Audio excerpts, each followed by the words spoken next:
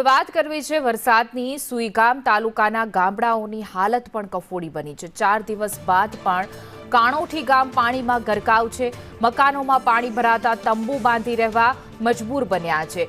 મેઘ કહેરમાં મહાદેવ મેઘવાલનો પરિવાર પણ રસ્તા પર આવી પડ્યો છે। ગામમાં નદીઓ વહેતી હોય તેવી પ્રકારના સ્થિતિ સર્જાઈ છે। અડધી રાત્રે પરિવાર સાથે જીવ બચાવી ઘર છોડવું પડ્યું હતું। વહીવટી તંત્રની નથી મળી રહી કોઈ મદદ।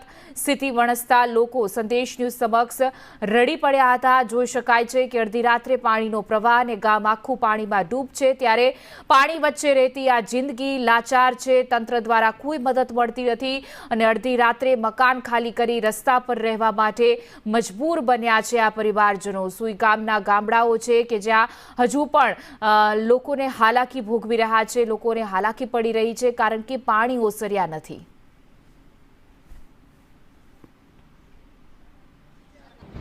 બનાસકાંઠા જિલ્લાના સરહદીય પંથકોમાં થયેલા વરસાદે જે પ્રકારે તારાજી સર્જી છે, કાણોઠી ગામના અનેક પરિવારો છે તે રસ્તા ઉપર રહેવા મજબૂર બન્યા છે। આ પરિવારો રસ્તા ઉપર કેમ આવવું પડ્યું તે જાણવા સંદેશ ન્યૂઝની ટીમ ટ્રેક્ટર પર સવાર થઈને જ્યારે ગામની અંદર પહોંચી ત્યારે ગામની પરિસ્થિતિનો ચિતાર અહીંયા જોવા મળ્યો છે। વરસાદ વરસ્યાને બે દિવસ થઈ ગયા છે।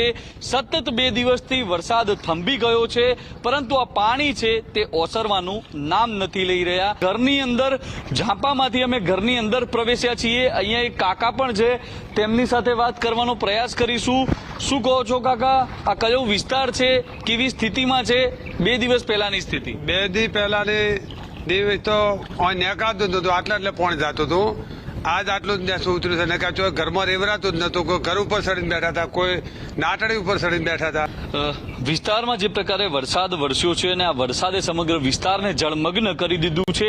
જ્યાં જુઓ ત્યાં માત્ર ને માત્ર પાણી જોવા મળી રહ્યું છે, ઘર ત્યાં જોવા મળી રહ્યા છે। જે પ્રકારે પશુપાલનને ભરેલો આ વિસ્તાર છે, પશુઓ છે તેમને ઊંચાડે ચડાયેલા જોવા મળી રહ્યા છે। અનેક ઘેટા બકરાઓ છે, જે ઘેટા બકરાઓ આ પાણીની અંદર ન તડપે તેને કારણે તેમને એક ઊંચી જગ્યા ઉપર મૂકવામાં આવ્યા છે। આ વિસ્તાર એ પશુપાલન વિસ્તાર છે। વિસ્તારના લોકો પશુપાલન પર નિર્ભર છે। છેલ્લા 2-2, 3-3, 4-4 દિવસથી પશુનું દૂધ છે આ વિસ્તારના લોકો નથી લઈ શક્યા। અનેક પરિવારો છે તે મુશ્કેલીમાં છે, દિવસો વીતી રહ્યા છે, પરંતુ આ વિસ્તારના લોકોની જે પરિસ્થિતિ છે તે સુધરવાનું નામ નથી લઈ રહી। તમામ લોકો પરિસ્થિતિથી હાહાકાર પોકારી ઉઠ્યા છે।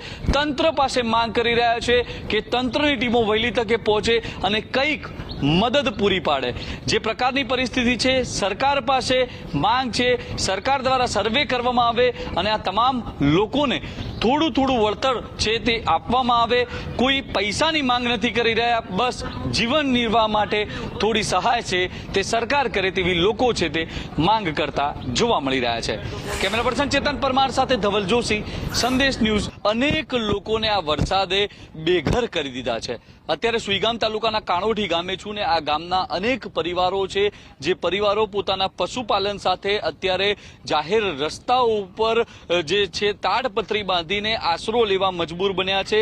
અત્યારે કાણોઠી ગામના દ્રશ્યો બતાવી રહ્યો છું। આ જે પરિવાર છે તે પરિવાર રસ્તા ઉપર રસોઈ બનાવીને ગુજરાન છે તે ચલાવી રહ્યો છે। અત્યારે અહીંયા જે લોકો છે તે લોકોની પરિસ્થિતિ જોઈ શકાય છે। છેલ્લા 2-2, 3-3, 4-4 દિવસથી આ પરિવારો છે તે આ રીતે રસ્તા ઉપર આશરો લઈ રહ્યા છે। આ તમામ લોકોનું ઘર તો છે, પરંતુ ઘર છે તે પાણીની અંદર સમાઈ ગયું છે।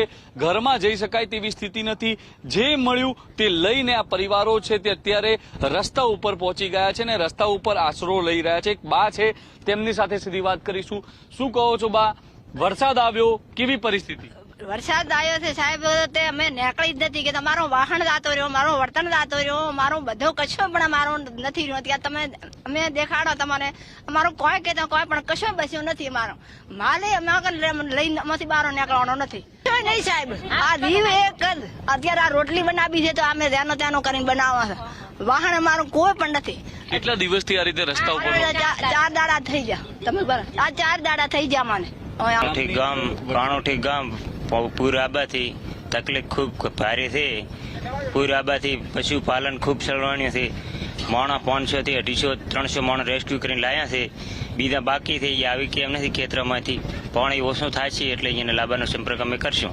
અત્યારે કોઈ આ પૂળા લઈને ક્યાં જઈ રહ્યા પૂળા લઈને ગાયને કોઈનું પશુ ભૂખ્યું હોય અને છોટે લઈ જઈને નાખીએ છીએ. છો? બાજુ ગયા ખરી ખબર વરસાદ એમ નથી સાહેબ, ઘર બાજુ દવરા એમ છે નહીં કોઈ નથી અમારે અત્યારે બધા એક બીજો કરીને ખોરા તો બાકી કોઈ અમારો હારો છે નહીં. પશુઓને પણ રસ્તા ઉપર લાવી દીધા છે. લાયા છે પશુને રસ્તા ઉપર પશુ અત્યારે પૂછે મારે પાણી ચોંધો આ બધી મારી પાજી સીટી છે, કોઈ હારા માણો હોય તો ટેકો કર દો. ખેતરોની શું સ્થિતિ છે? ખેતર તો આટલા ભરલ પડ્યા છે, કોઈ સારા માણો હોય તો અમારી મદદ કર દો. કોણ સરકાર પાસે શું આશા રાખી રહ્યા છો? સરકાર જોડે શું માંગ સરકાર કરી? હવે તો હવે શું આશા રાખ, અમારે રી બસાય એમ કરો બતાય, આમાં માલ જ બસે આટનો કરો, મારે બીજું તમારો કોઈ દૂધું નથી. જે પ્રકારે કણોઠી ગામનો આ પરિવાર છે, અત્યારે રિક્ષાના સહારે રસોડું છે તે બનાવવામાં આવ્યું છે. આ તમામ લોકોના ઘરો તો છે, પરંતુ ઘરોની અંદર જે પ્રકારે પાણી ભરાયા છે, રિક્ષાની નીચે સગડી મૂકીને અત્યારે રસોડું છે તે બનાવવામાં આવ્યું છે. અનેક પરિવારો છે તે અહીંયા પોતાનો જીવન નિર્વાહ છે તે કરી રહ્યા છે. વરસાદ વીત્યા અને બે દિવસ થઈ ગયા છે, પરંતુ હજુ સુધી આ પાણી છે તે ઓસરવાનું નામ નથી લઈ રહ્યા અને તેને જ કારણે આ વિસ્તારના અનેક પરિવારો છે તે અત્યારે બેઘર બનેલા જોવા મળી રહ્યા છે. કેમેરા પર્સન ચેતન પરમાર સાથે ધવલ જોશી, સંદેશ ન્યૂઝ, સુઈગામ.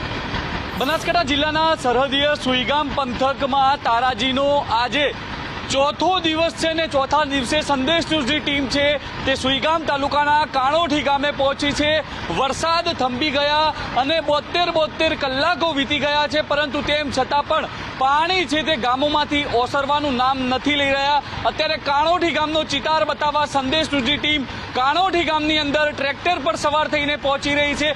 જે પ્રકારે ગામની અંદર ઢીંચણથી ઉપર સુધીના પાણી છે તે ભરાયેલા છે, અનેક જગ્યાએ રસ્તાઓ ધોવાયા છે, તેને જ કારણે અત્યારે સંદેશ ન્યૂઝની ટીમ છે તે ટ્રેક્ટર પર સવાર થઈને ગામની અંદર જઈ રહી છે અને ગામની અંદર છેલ્લા ત્રણ દિવસથી વિસ્તારના લોકો છે તે કેવી પરિસ્થિતિનો સામનો કરી રહ્યા છે તે પરિસ્થિતિનો ચિતાર છે તે લોકો સુધી પહોંચાડવાનો પ્રયાસ કરશે.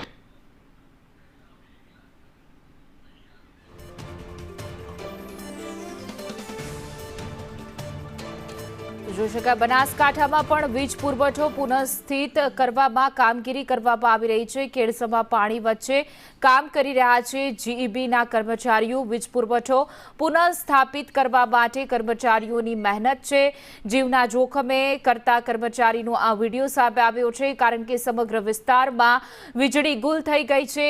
અનેક એવા વિસ્તારો છે કે જ્યાં વીજપોલ ધરાશાય થઈ ગયા છે. પાણીથી તરબોળ અને એ પાણીની વચ્ચે વીજ કર્મચારીઓ જે છે તે જીબીના કર્મચારીઓ કામ કરી રહ્યા છે કે ગામમાં ફરીથી લાઇટની વ્યવસ્થા થાય, વીજ પુરવઠો પુનઃ સ્થાપિત કરવા માટે કામ કરવામાં આવી રહ્યું છે.